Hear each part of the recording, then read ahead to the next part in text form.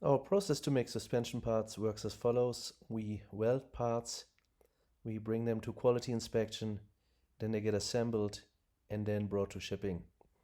And so far we assumed that all the parts are somehow available to us. In practice, you will make a lot of these parts that you would need at a station yourself. For example, in this case, making suspensions, you would probably stamp the steel coils yourself. So I'm adding a new location, which I call stamp. And this is happening over here. And now this is a very fast process which can make thousands of parts in a day. So I very likely need to make them on stock.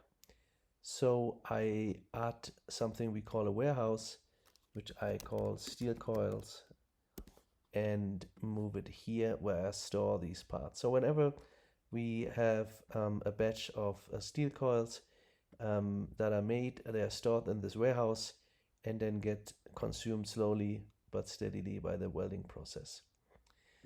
So in order to make my steel coils, I need a process. I call it steel coils, and I have the stamp move stuff into the steel coils. Now this process ends here. It doesn't end at welding because the process of making steel coils actually ends at the warehouse. In order to get the steel coils into the welding, I need to extend the suspension parts process. So in order to do that, I add another route from steel coils warehouse to the welding station, add the route, and I'm done. So now what I can do is I can go into my lot view and I see the new process, steel coils, and let's make 1200 of these coils. I don't even enter a name here because everyone knows what the process does. It only makes steel coils. So we know that this lot is going to be steel coils, and we release it into the stamp. Now I can do this in the lot view by just moving a card over. It can only move one step at a time, and it's the same thing as a worker would do that at the dashboard. And for simplicity, I do that here too.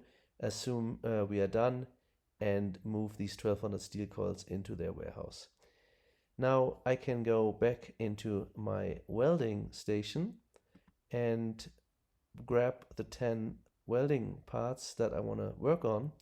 And now I have a new field here, which is called steel coils with a plus button, which allows me to pull in things from the steel coils warehouse. And yes, we see the 1200 steel coils that are sitting there.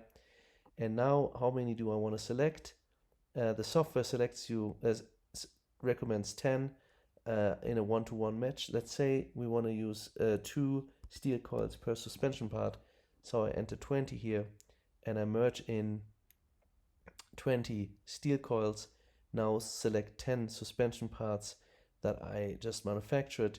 They're done, welded, and I move them forward to quality inspection.